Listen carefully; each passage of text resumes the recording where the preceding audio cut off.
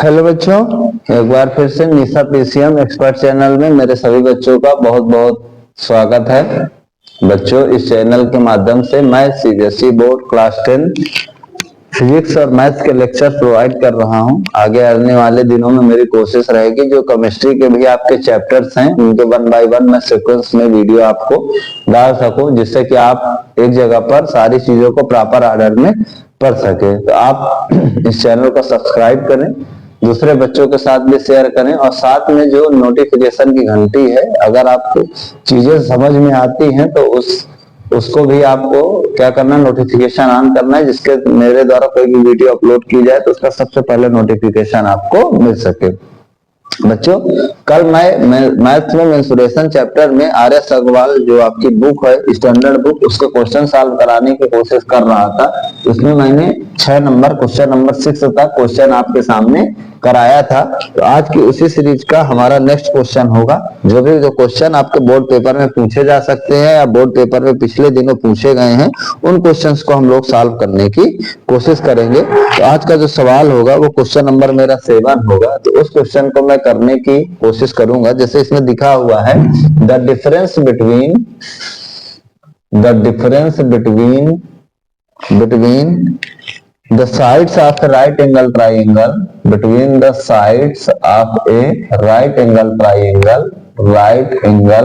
triangle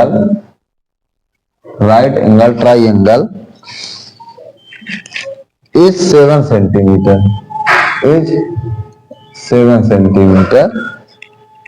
The area of triangle is 60 centimeter square. The area of triangle is 60 centimeter square. The area of triangle is 60 centimeter square. Find its perimeter.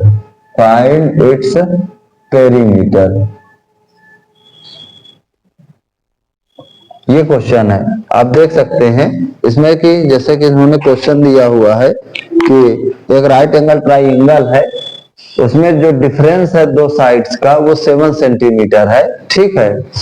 और area of triangle is 60 centimetre. The difference between the side of right angle triangle, इसमें और line होना चाहिए, between the side at the right angles, the difference between the sides, ठीक है। यहाँ पे भी लिखा हुआ साइड्स के बाद एट राइट एंगल, हाँ at right angles in a right angle triangle। अच्छा, आपकी जगह पे इन हो जाएगा, ठीक है, इन ए राइट एंगल। अब ठीक है, इसका रीजन इसलिए है क्योंकि देखिए क्वेश्चन में अगर ये बता के नहीं रखेगा कि कौन सी दो साइड के डिफरेंस की बात कर रहा है, तो राइट एंगल ट्राइंगल में 3 साइड्स होती हैं, बेस, परपेंडिकुलर और हाइट। और उस समय हमें ये नहीं पता चल पाएगा कि बेस परपेंडिकुलर है कि हाइपोटेनियस बेस है कि हाइपोटेनियस परपेंडिकुलर है। अब साफ साफ क्लियर हो गया कि उन दो साइडों के डिफरेंस की बात कर रहा है जो राइट एंगल बनाती है। तो जो राइट एंगल बनाती हैं एक राइट एंगल ट्राइंगल में, वो मेरे बच्चों क्या आपको नहीं पता है कि इन दोनों साइड की हेल्प से राइट एंगल बनता है। और इसमें एक का नाम परपेंडिकुलर होता है और एक का नाम क्या होता है बच्चों, बेस होता है। वही तो हमारी दोनों साइड्स होती हैं जो राइट एंगल ट्राइंगल का निर्माण करती हैं, जिनसे राइट एंगल ट्राइंगल बनता है। तो इनका दोनों का डिफरेंस मेरे बच्चों कितना दे रखा है, 7 सेंटीमीटर। और इनके जो एरिया है उसको उसने 60 सेंटीमीटर स्क्वायर दे रखा है। एरिया को कितना दे रखा है, 60 सेंटीमीटर स्क्वायर, है ना। तो अब हमको इसका पेरीमीटर बताना है। तो पेरीमीटर तब निकल पाएगा जब हमको इसके तीनों साइड की लेंथ पता हो, तो हम तीनों को प्लस कर दे, हाइपोटेनियस को, बेस को और परपेंडिकुलर को, तो हमारा एरिया इजी वे पे क्या हो जाएगा, कैलकुलेट हो जाएगा। तो इसके लिए हम लोग कुछ इनको मान लेते हैं, परपेंडिकुलर को x मान लेते हैं, बेस को y मान लेते हैं, हाइपोटेनियस को z मान लेते हैं। अब बताओ यहाँ पे हमको क्या दे रखा है कि दो साइड का डिफरेंस, तो जो चाहे परपेंडिकुलर माइनस बेस कर लो, चाहे बेस माइनस परपेंडिकुलर कर लो डिफरेंस में। तो अगर तुमने परपेंडिकुलर माइनस बेस किया तो बताओ उसकी वैल्यू कितना दे रखा है क्वेश्चन वाले ने, 7 सेंटीमीटर दे रखा है। तो परपेंडिकुलर मेरा x है, बेस मेरा y है, तो x माइनस वाई की वैल्यू हमारी कितना दे रखा है, 7 दे रखा है। और अगर एरिया दे रखा है तो एरिया हमारा राइट एंगल ट्राइंगल का हमको पता है कि 1/2 होता है मल्टीप्लाइड बाई बेस, बेस हमारा यहाँ पे x है और इंटू परपेंडिकुलर y है इज इक्वल टू 60 हो जाएगा। तो अगर हम इसको सॉल्व करेंगे तो x इंटू वाई ये क्रॉस मल्टीप्लाई में चला जाएगा, तो कितना आ जाएगा बच्चों, 120 आ जाएगा। तो आप देख पा रहे होंगे कि हमको दो वैल्यू यहाँ से मिल गई, एक तो x minus Y is equal to 7 आ गई, एक x into Y is equal to 120 आ गई। इन दोनों को सॉल्व करके हमको यहाँ से x और y की क्या फाइंड आउट करना है, वैल्यू निकालना है। तो इसके लिए सबसे बेहतर तरीका होता है कि आपको करना क्या है, एक आइडेंटिटी लगा देना है, ठीक है, algebraic identity x minus y का whole square is equal to x plus y का whole square minus 4xy। Mostly बच्चों ने इसको पढ़ा होगा लोअर क्लासेज में, ठीक है, नहीं पढ़ा है तो आप इस चीज को जान सकते हैं।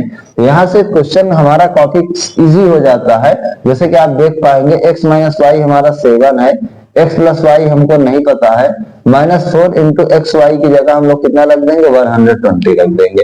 ये हमारा बच्चों 49 हो जाएगा, x प्लस वाई का होल स्क्वायर हो जाएगा और -120 इंटू 4 कितना हो जाएगा, 480 हो जाएगा।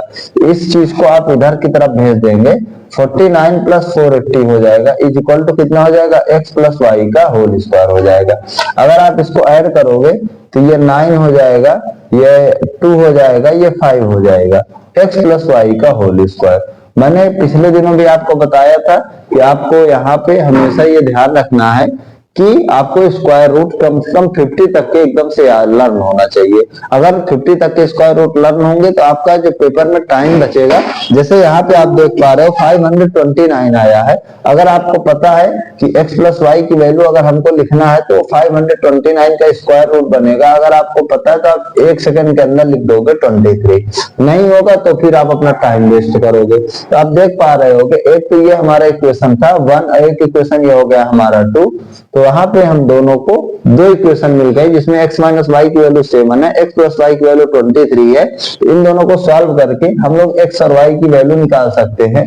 जैसे आप लोगों ने पिछले दिनों जब कभी भी simultaneous linear equation 10th class में ही पढ़ा होगा तो आप लोगों ने देखा होगा कि दो लीनियर इक्वेशंस को हम लोग कैसे सॉल्व करते हैं। हालांकि मेरी अभी तक वो वीडियोस नहीं अपलोड हो पाई हैं क्योंकि मैंने मिड सेशन में शुरू किया है काफी टाइम के बाद, लेकिन धीरे धीरे करके उन चैप्टर्स के बारे में मैं डिस्कशन कर दूंगा। तो वहां पे आप लोगों ने देखा होगा कि एक जो वेरिएबल होता है उसको हम लोग एलिमिनेट करते हैं, चाहे हमें प्लस करना पड़े चाहे माइनस करना पड़े। अगर मैं इन दोनों को प्लस कर देता हूं तो आप देख पा रहे होंगे ये दोनों कैंसिल हो जाएंगे। तो x 2x equal to 27 30, x की वैल्यू कितना हो जाएगी 15 सेंटीमीटर। 15 कैसे आई होगी बच्चों, आप इसको समझ रहे होगे कि x की वैल्यू हो जाएगी 30/2 आ जाएगी।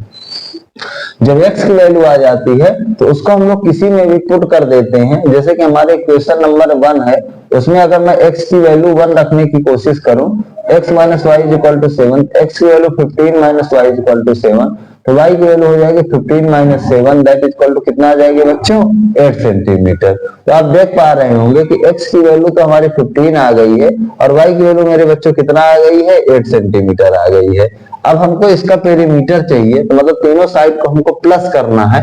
तो बताओ क्या करेंगे, हम लोगों को z नहीं पता है तो सबसे पहले हम लोग अपना पाइथागोरस थ्योरम लगाकर z निकाल लेंगे। तो z का स्क्वायर क्या होता है, x का स्क्वायर प्लस y स्क्वायर। तो x की वैल्यू 15 का स्क्वायर प्लस y है हमारा 8 का स्क्वायर। बताओ 15 का स्क्वायर 225, 8 का स्क्वायर 64, दोनों प्लस कर दोगे तो कितना आ जाएगा 289 आ जाएगा। तो अब बताओ जो z की वैल्यू हो जाएगी कहीं ना कहीं कितनी हो जाएगी आपकी, तो आप कहोगे कि सर 289 का स्क्वायर रूट हो जाएगा।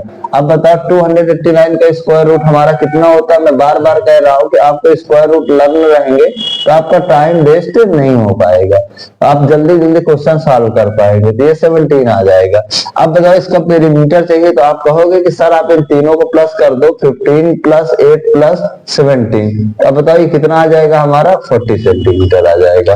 तो कुल मिलाकर जो हमारा ट्राइंगल था, राइट एंगल ट्राइंगल, जिसकी दो साइड का डिफरेंस हमको दे रखा था 7 सेंटीमीटर, जिसका एरिया 60 सेंटीमीटर स्क्वायर था, इसका जो पेरीमीटर आएगा वो कितना आएगा आपका 40 सेंटीमीटर आएगा। तो इस तरह से आपको इस क्वेश्चंस को कम टाइम में पेपर में सॉल्व करने की जरूरत है। तो आप किस तरह से कर सकते हैं उस चीज को आप आसानी से देख सकते हैं। इसके बाद मेरे प्यारे बच्चों, अगर हम लोग नेक्स्ट क्वेश्चन को, इसमें इस सीरीज को बढ़ाते हुए अगला क्वेश्चन हम लोग जो कि एरिया एंड पेरीमीटर का कर रहे हैं, उसको नेक्स्ट क्वेश्चन को सॉल्व करने की कोशिश करें। तो जैसे मैं अपनी बुक से लेता हूं, उसमें देखता हूं RS अग्रवाल मैथ्स की, तो नंबर 7 के बाद, जो कि बहुत ही एक अच्छा क्वेश्चन था, नंबर 8 बिल्कुल सिमिलर है, आप अपने से कर सकते हैं, है ना। और इसके बाद क्वेश्चन नंबर 9 की अगर मैं बात करूं, चूंकि 9, 10, 11, 12 और 9, 10, 11, 12 चार ये क्वेश्चन है, चार के चारों इक्विलेटरल पर बेस्ड है, 9, 10, 11, 12। तो आपको इस चीज को ध्यान से समझना है कि हम लोगों को दो क्वेश्चन हम करेंगे, बाकी आप अपना खुद से करिएगा। जैसे क्वेश्चन नंबर 9 है, इसमें दिख रखा है कि each side of equilateral triangle, ठीक है।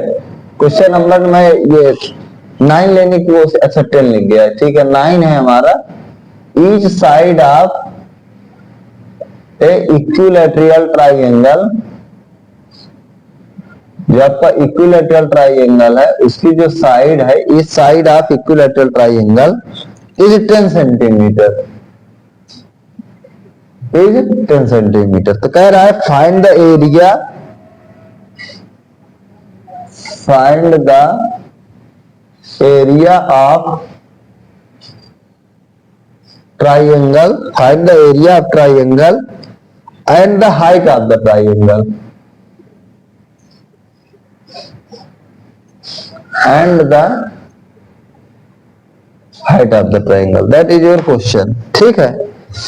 तो क्वेश्चन आप देख पा रहे होंगे कि अगर हमारे पास एक इक्विलैटरल ट्राइंगल है, बता रखा है उसकी साइड 10 सेंटीमीटर है, उसको साइड को यूज करते हुए आपको एरिया बताना है और उस ट्राइंगल की हाइट कैलकुलेट करना है। तो हम लोग बहुत सिंपल तरीके से कैलकुलेट कर सकते हैं। कैसे?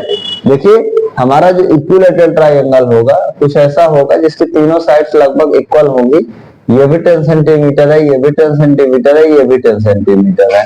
इसकी ये मेरी हाइट बनेगी, इसको हमको कैलकुलेट करना है, ठीक है। तो जैसे कि आप देख पा रहे होंगे, इसके हम लोग 2-3 तरीके से क्वेश्चन कर सकते हैं। मैंने बताया था कि किसी भी इक्विलैटरल ट्राइंगल में बच्चों, जब हम लोग अपोजिट साइड से सामने वाले साइड्स पर परपेंडिकुलर खींचते हैं, क्योंकि आपकी हाइट है तो परपेंडिकुलर होगा, तो ये सामने वाले साइड को बाइसेक्ट कर देता है। तो जैसे 10 सेंटीमीटर है तो आपका इतना कितना हो जाएगा, इधर 5 हो जाएगा, इतना इधर कितना हो जाएगा, 5 सेंटीमीटर हो जाएगा। अब उसके बाद अगर मैं इसका नाम डी दे दूं, तो जो मेरा ट्राइंगल एबीडी है वो मेरा एक राइट एंगल ट्राइंगल है, जिसमें जो मेरा एबी का स्क्वायर होगा, हाइपोटेनियस होगा 90 डिग्री के सामने, वो हमारा बीडी का स्क्वायर होगा प्लस एडी का स्क्वायर होगा। आप देख पा रहे होंगे एबीडी राइट एंगल ट्राइंगल है, इसमें 90 के सामने हाइपोटेनियस का स्क्वायर इक्वल टू परपेंडिकुलर का स्क्वायर प्लस बेस का स्क्वायर। एबी हमारा कितना दे रखा है, 10 दे रखा है। एडी हमारा कितना दे रखा है, एच दे रखा है। बीडी हमारा कितना दे रखा है, 5 दे रखा है। 10 का स्क्वायर कितना हो जाएगा, 100 हो जाएगा। एच स्क्वायर प्लस 5 का स्क्वायर 25 हो जाएगा। एच का स्क्वायर हो जाएगा 100 माइनस 25, ये आपका कितना हो जाएगा, 75 हो जाएगा। तो एच की वैल्यू हमारी बच्चों कितना हो जाएगा, स्क्वायर रूट 75।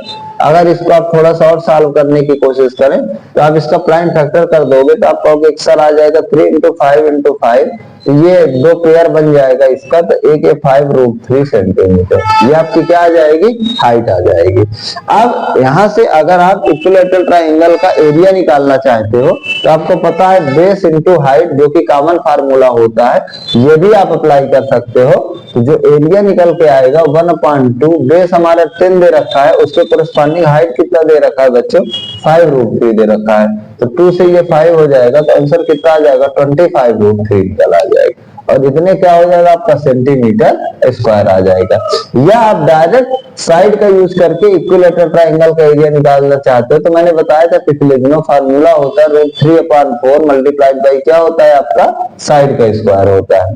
तो √3/4 मल्टीप्लाइड बाई साइड आपकी कितना दे रखा है इक्विलेटरल ट्राइंगल की 10, तो √3/4 मल्टीप्लाइड बाई 10 का स्क्वायर 100, ये कैंसिल हो जाएगा, तब भी आपका फार्मूले के अनुसार आंसर कितना आ जाएगा 25√3 सेंटीमीटर स्क्वायर। तो आप देख पा रहे होंगे जो चीजें मेरे द्वारा बेसिक आपको बताई गई हैं उन चीजों का आप किस प्रकार से कितना इजी स्टेप में यूज ले सकते हैं। आप कोई भी क्वेश्चन है कैसे भी सॉल्व करें, लेकिन जो उनका आंसर आना है हर बार क्या आना है, सेम आना है। जैसे इस क्वेश्चन में आपने देखा साइड दे रखा था, एरिया और हाइट पूछा था। अगले जो क्वेश्चन है वहां पे किसी में हाइट दे रखा है, साइड और एरिया पूछा है। किसी क्वेश्चन में जो है आपका एरिया दे रखा है तो हाइट एंड साइड पूछा है। तो इसी प्रकार करके ये 4 क्वेश्चन है 9, 10, 11 नंबर, जिनमें जो वैल्यूज हैं, जैसे मैंने बताया कि साइड से एरिया हाइट पूछा है तो अगले में कुछ और दे देगा तो और कुछ पूछेगा। तो इसी 9, 10, 11 सीरीज का ये क्वेश्चन नंबर 9 था। एक बहुत ही प्यारा सवाल हम लोग और इसमें लेने की कोशिश करेंगे जो कि इक्विलेटरल ट्राइंगल पर बेस्ड होगा। मेरी पूरी कोशिश है कि किसी भी टाइप का क्वेश्चन आपसे बोर्ड पेपर में कुछ भी आए वो चीज छूटने ना पाए।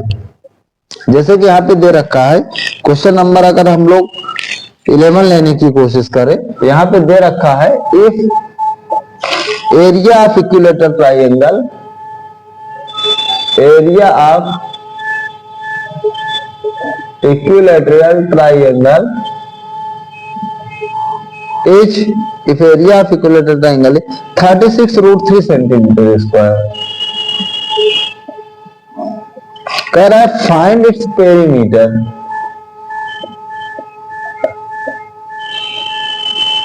And height. ये आपका क्वेश्चन है। जैसे कि आप देख पा रहे होंगे यहाँ पे क्वेश्चन है कि अगर एक इक्विलेटरल ट्राइंगल का एरिया 36√3 सेंटीमीटर स्क्वायर है तो उसका पेरीमीटर बताना है और उस इक्विलेटरल ट्राइंगल की हाइट बताना है।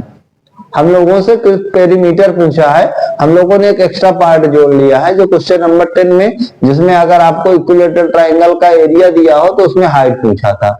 ठीक है, तो कैसे हम लोग सॉल्व करेंगे, बहुत सिंपल सा बहुत ही प्यारा क्वेश्चन है। जैसे हम लोग इसको सॉल्व करने की कोशिश करें तो आप बताओ इक्विलेटरल ट्राइंगल का जो एरिया होता है उसका फार्मूला क्या हम नहीं जानते कि होता है √3/4 मल्टीप्लाइड बाई मेरे बच्चों साइड का स्क्वायर। तो आप बताओ एरिया कितना दे रखा है 36√3 is equal to √3/4 multiplied by side का स्क्वायर। तो अगर कैंसिल करें तो ये दोनों कैंसिल हो जाएगा, इसका इधर क्रॉस इंटू हो जाएगा, 36 into 4 144 is equal to side का स्क्वायर। अब बताओ अगर साइड का स्क्वायर 144 है तो साइड की वैल्यू कितना हो जाएगी 144 का स्क्वायर रूट हो जाएगा, और ये किसकी वैल्यू होती है लगभग 12 की वैल्यू होती है। तो साइड की जो वैल्यू आ गई वो 12 सेंटीमीटर आ गई। अब क्या तुम्हें पेरीमीटर निकालना नहीं बताया मैंने कि अगर आपको साइड पता हो बच्चों तो उसका पेरीमीटर होता है 3 मल्टीप्लाइड बाई साइड, क्योंकि जो इक्विलेटरल ट्राइंगल होता है उसकी तीनों साइड्स इक्वल होती है। तो हम लोग 3 बार इसका सम कर देंगे तो बन जाएगा 3 इंटू साइड, तो बताओ कितना आ जाएगा 3 इंटू 12 बराबर कितना हो जाएगा 36 सेंटीमीटर। राइट। अब इसके बाद अगर हमको साइड दिया हुआ है, हमको हाइट फाइंड आउट करना है, तो अभी जस्ट मैंने पिछले क्वेश्चन में सॉल्व करने का तरीका आपको सिखाया कि ये मेरा 12 है, ये मेरा 12 है, ये मेरा 12 है और मुझको हाइट चाहिए तो ये मेरी हाइट होगी। तो मैंने बताया कि ये हमेशा इक्विलेटरल ट्राइंगल में जो सामने वाली साइड होती है उसको बाइसेक्ट भी करता है, 90 डिग्री पर भी गिरता है। तो अगर ये पूरा मेरा 12 है तो बताओ ये कितना हो जाएगा मेरा बच्चों 6 सेंटीमीटर हो जाएगा। अब अगर मैं ADB राइट एंगल ट्राइंगल ले लेता हूं तो उसमें आप कहोगे कि सर 90 के सामने हाइपोटेनियस का square is equal to base हमारा 6 का स्क्वायर प्लस हाइट हमारी कितना हो जाएगी h का स्क्वायर। तो 12 का स्क्वायर 144 इज इक्वल टू 6 का स्क्वायर 36 प्लस h का स्क्वायर, h स्क्वायर हो जाएगा 144 माइनस 36। अगर हम लोग इसको सॉल्व करेंगे तो 100 हमारा 8 आ जाएगा। तो h की वैल्यू बताओ कितना हो जाएगा 100 का स्क्वायर रूट, इसको थोड़ा और सॉल्व कर दें तो कितना बनेगा 2 2 जा 4, 3 जा 12, 3 जा 36, 3 जा 100 कुछ इस तरीके से इसके फैक्टर बनेंगे, जिसमें इसका पेयर बन रहा है, इसका पेयर बन रहा है, ये 2 आ जाएगा, वो 3 आ जाएगा, इंटू √3 हो जाएगा। तो बताओ कितना हो जाएगा, 2 3 6 √3 centimetre.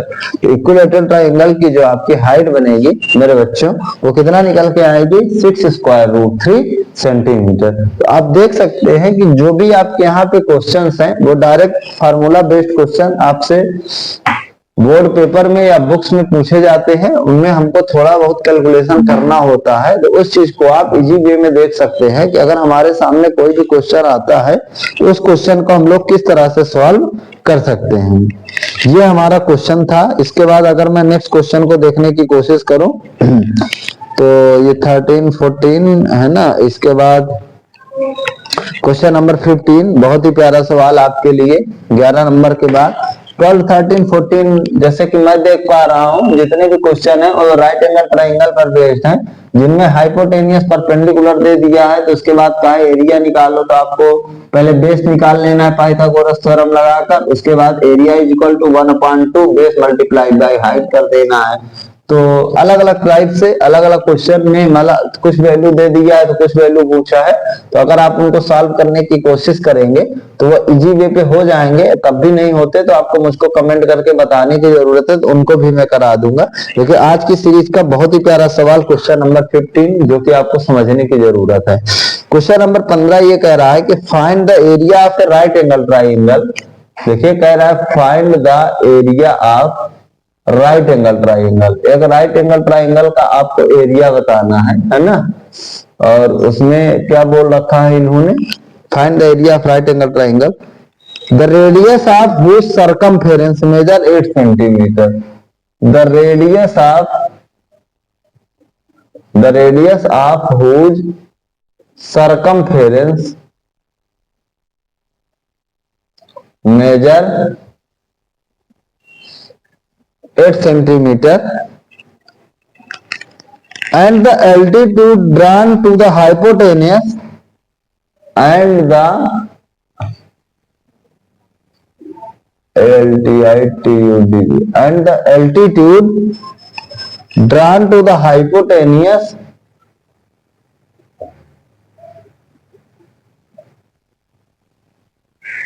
and the altitude drawn to the hypotenuse measure 6 centimetre. बहुत ही प्यारा सवाल है आप लोगों के लिए। आप देख सकते हैं कि यहाँ पे क्वेश्चन दे रखा है कि अगर आपके पास एक राइट एंगल ट्राइंगल है, ठीक है, उसके सर्कमफेरेंस की जो रेडियस है उसको हम लोग 8 सेंटीमीटर मेजर करते हैं, और जो एल्टीट्यूड खींचा गया है हाइपोटेनियस पर उसकी वैल्यू 6 सेंटीमीटर है। तो उस हिसाब से आपको उस राइट एंगल ट्राइंगल का एरिया बताना है। चलिए हम लोग इस क्वेश्चन को करने की कोशिश करते हैं। ये मेरा राइट एंगल ट्राइंगल होगा। पहले तो मैं सर्कमफेरेंस के बारे में बता दूं, है ना। Radius of which circumference measure 8 centimetre. बच्चों जो आपका इक्विलैटरल ट्राइंगल है ना, उसमें मैंने दो चीजें बताया था, एक एक्स रेडियस और एक इनर रेडियस। तो जो एक्स रेडियस होता है उसको जब हम लोग किसी ट्राइंगल के बाहर सर्कल बनाते हैं तो इसकी बनती है।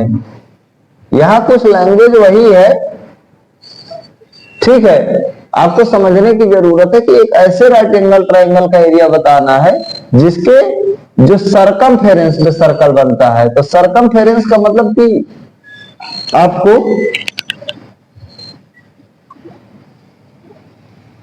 कुछ ये आपका सर्कल होगा, ये आपका क्या होगा बच्चों, सर्कल होगा। सॉरी, ऐसे हम लोग इक्विलैटरल ट्राइंगल, ये राइट एंगल ट्राइंगल बना के इसका हम लोग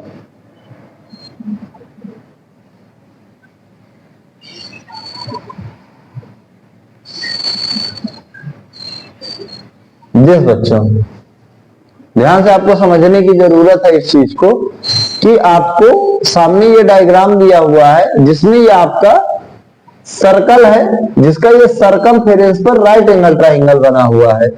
जिसकी जो रेडियस है वो 8 सेंटीमीटर है। इट मीन्स ये कितना कितना है आपकी, ये पूरी कितना सेंटीमीटर है बच्चों, 8 सेंटीमीटर है। और altitude drawn to the hypotenuse, और अगर हम लोग इसके हाइपोटेनियस के ऊपर एल्टीट्यूड को ड्रान करें, एल्टीट्यूड खींचे, तो उसका जो मेजरमेंट है बच्चों वो कितना सेंटीमीटर है, 6 सेंटीमीटर। तो इसके वर्टेक्स से अपोजिट साइड पर अगर हम लोग एल्टीट्यूड खींचे, ये कुछ ऐसे करके, तो जो ये वैल्यू है बच्चों हमारी वो कितना है, हमारी 6 सेंटीमीटर है।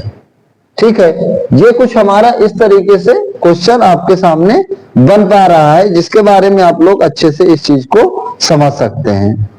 ठीक है, तो आप देख पा रहे होंगे कि हमको क्वेश्चन को किस तरह से सॉल्व करने की जरूरत है। ठीक है, कि यहाँ पे जैसे कि इन्होंने बता रखा है कि अगर आप जो है राइट एंगल ट्राइंगल का एरिया बताओ जिसके सर्कमफेरेंस की जो रेडियस है वो हमारी बच्चों कितना सेंटीमीटर है, 8 सेंटीमीटर है ना। तो अगर ये 8 सेंटीमीटर हो जाएगी बच्चों, तो ये हमारा इतना पार्ट है 8, क्योंकि ये पूरा डायमीटर हो जाएगा ना। ये 8 हमारा इतना है, ये 8 सेंटीमीटर, ये 8 सेंटीमीटर है, राइट।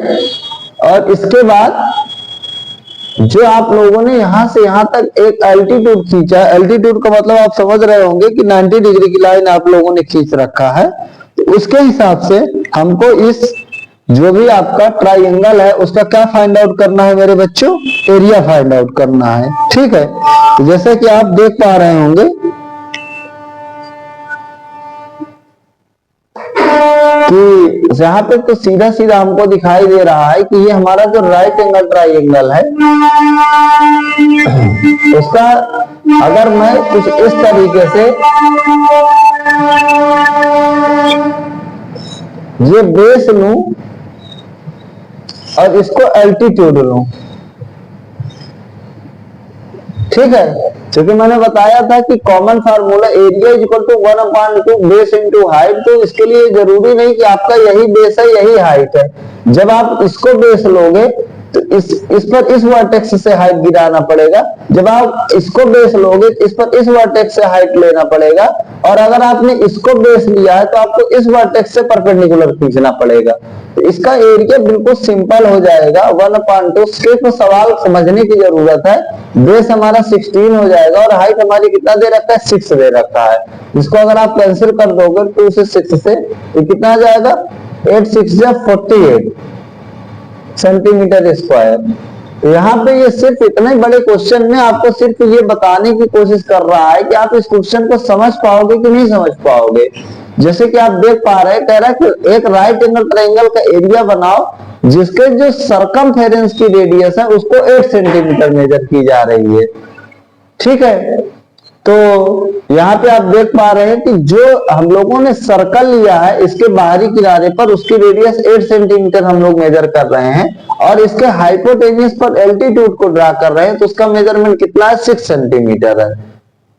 तो अगर ये रेडियस 8 है तो बेस हमारा पूरा डायमीटर बन रहा है, तो ये कितना हो जाएगा बच्चों, 6 सेंटीमीटर हो जाएगा। और इसका जो एल्टीट्यूड है वो 6 सेंटीमीटर दे रखा है। तो उस हिसाब से अगर एरिया निकाले 1/2 बेस इंटू हाइट, तो बेस 16 और हाइट 6 है, दोनों का इंटू करके 2 से डिवाइड कर देंगे तो कितना आ जाएगा, 48 सेंटीमीटर स्क्वायर। तो कोई इतना बड़ा तो क्वेश्चन में कुछ ऐसा था नहीं, है ना। जितना इन्होंने बड़ा क्वेश्चन लिखा था मुझे लगा कि कुछ ठीक ठाक होगा, लेकिन क्वेश्चन में कुछ खास जो है डिफिकल्टी नहीं थी। हम लोगों ने इजी तरीके से इस क्वेश्चन को सॉल्व करने की कोशिश की। इसके बाद क्वेश्चन नंबर 15 के बाद मेरे बच्चों नेक्स्ट क्वेश्चन को अगर हम लोग लेने की कोशिश करते हैं आपके लिए, जो कि इस सीरीज का RS अग्रवाल का, तो जैसे अब जो क्वेश्चन जैसे मुझे 15 के बाद दिखाई दे रहे हैं वो आइसोसेलेस राइट एंगल ट्रायंगल पर शुरू हो गए। 16 17 18 19 20, इसके बाद हमारा नीचे दूसरा कुछ स्टार्ट हो गया है। तो चलिए हम लोग 15 के बाद हम लोग नेक्स्ट क्वेश्चन को अगर लेने की कोशिश करते हैं, है ना। तो इसमें आइसोस्केलस राइट एंगल ट्रायंगल पर क्वेश्चन दे रखा हुआ है। जैसे मैं नंबर 17 लेने की कोशिश करता हूं, इसमें लिख रखा है the base of an isosceles triangle the base of an isosceles triangle measure the base of an isosceles triangle measure 80 centimetre and its area is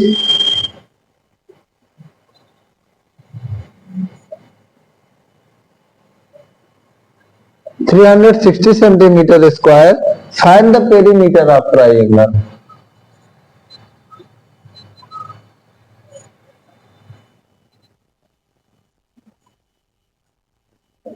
find the perimeter of triangle, ये हमारा क्वेश्चन है। देख पा रहे होंगे कि एक isosceles triangle है जिसका जो बेस है 80 सेंटीमीटर है और एरिया इन्होंने 360 सेंटीमीटर दे रखा है, तो हमें उसका पेरीमीटर फाइंड आउट करना है। ठीक है, तो अगर हम लोग इस क्वेश्चन को सॉल्व करने की कोशिश करें इजी स्टेप में, तो आपको एक आइसोसेलेस ट्राइंगल बनाना है, उसका जो बेस है उसको 80 सेंटीमीटर बच्चों रखना है। तो अगर आइसोसेलेस ट्राइंगल है तो इसकी दो साइड बच्चों इक्वल होंगी, तो अगर मैंने इसको x कहा तो ये भी x हो जाएगी, जो दोनों साइड्स मेरी क्या है बच्चों इक्वल है ना। उस हिसाब से इन्होंने कहा है कि इसका जो एरिया है 360 सेंटीमीटर है, तो आपको पेरीमीटर चाहिए। इसका पेरीमीटर हो जाएगा हमारा x प्लस 80, कितना हो जाएगा बच्चों 2x प्लस 80, ये हमारा इसका पेरीमीटर हो जाएगा। वो पेरीमीटर हमारा 2x प्लस 80 आ जाए। x की वैल्यू निकाला है तो हम लोग पेरीमीटर निकाल लेंगे। एरिया 360 है, तो चलिए हम लोग इसको मानते हैं ये हमारा a है, ये हमारा b है, ये हमारा c है। तो हीरोज फार्मूला लगाएंगे तो इसका जो सेमी पेरीमीटर हो जाएगा a plus B plus C by 2, तो x प्लस 80 अपान 2, बताओ कितना हो जाएगा। तो आप कहोगे कि सर 2x प्लस 80 अपान 2 है, तो अगर हम लोग सिंप्लीफाई करने के लिए 2 कॉमन ले लें तो यहाँ बचेगा x प्लस 40 अपान 2, 2 से 2 कैंसिल हो जाएगा, तो कितना आ जाएगा आपका बच्चों x प्लस 40 आ जाएगा।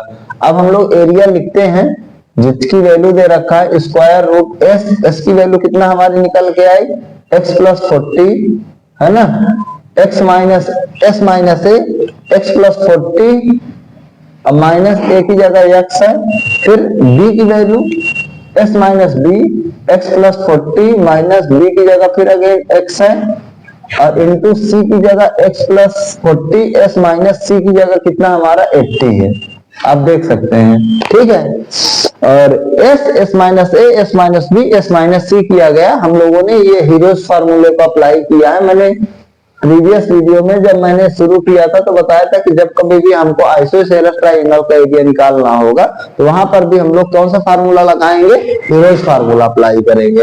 तो आप देख पा रहे होंगे यहाँ पे x से x कैंसिल हो जाएगा, यहाँ x से x कैंसिल हो जाएगा, एरिया की वैल्यू 360 पुट कर देंगे इज इक्वल टू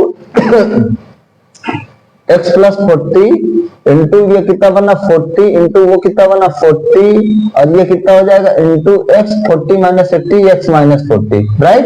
तो यहाँ पे आप देख पा रहे होंगे कि दो बार है तो एक बाहर आ जाएगा 360 is equal to 40 into root में x प्लस 40, x माइनस 40, अब फिर ये again a plus B, a minus b आ गया, आप देख पा रहे होंगे। ये तो चलो कैंसिल हो जाएगा, तो 9 इज इक्वल टू कितना आ जाएगा बच्चों a स्क्वायर x का स्क्वायर माइनस बी स्क्वायर 40 का स्क्वायर। कई बार मैंने बताया है कि a plus B, a minus B इस आइडेंटिटी का बहुत ज्यादा यूज है जिसकी वैल्यू होती है a square minus B square. तो अगर आप इसको थोड़ा सा सॉल्व करोगे तो स्क्वायर रूट हटाना पड़ेगा, तो दोनों तरफ स्क्वायरिंग हम लोग कर देंगे बच्चों। क्या कर देंगे, स्क्वायरिंग ऑन बोथ साइड, दोनों तरफ स्क्वायरिंग करेंगे तो 9 का स्क्वायर 81 हो जाएगा इज इक्वल टू ये x का स्क्वायर माइनस 40 का स्क्वायर कितना हो जाएगा 1600। ठीक है, इधर का स्क्वायर हो जाएगा, इधर रूट कैंसिल हो जाएगा। तो अगर हम लोग इसको इधर की तरफ भेज देते हैं तो हमारी जो वैल्यू निकल के आती है मेरे बच्चों, क्या निकल के आएगी 81 plus 1600 is equal to X का स्क्वायर हो जाएगा। तो 1681 इज इक्वल टू एक्स का स्क्वायर हो जाएगा। एक्स की वैल्यू कितना हो जाएगी, इसका स्क्वायर रूट हो जाएगा। ये इसका स्क्वायर रूट आपको पता होना चाहिए किसका होता है 41 का, इसीलिए मैंने कई बार बोल रखा है आपको कि आपको स्क्वायर रूट पता होना चाहिए।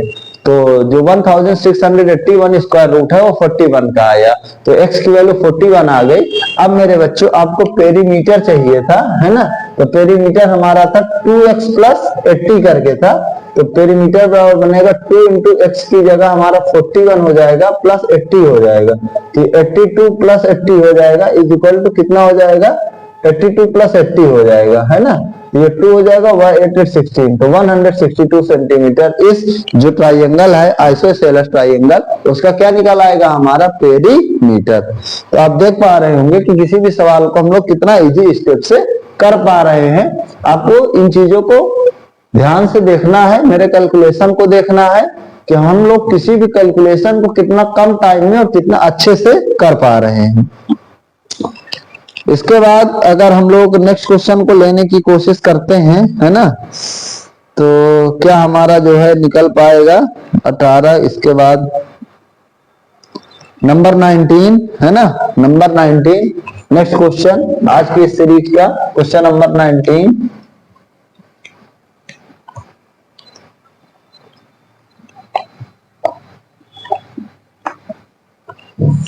यहाँ पे जो क्वेश्चन है question number 19, find the area and perimeter, find the area and perimeter, find the area and perimeter of an isosceles, find the area and perimeter of an isosceles right angle triangle,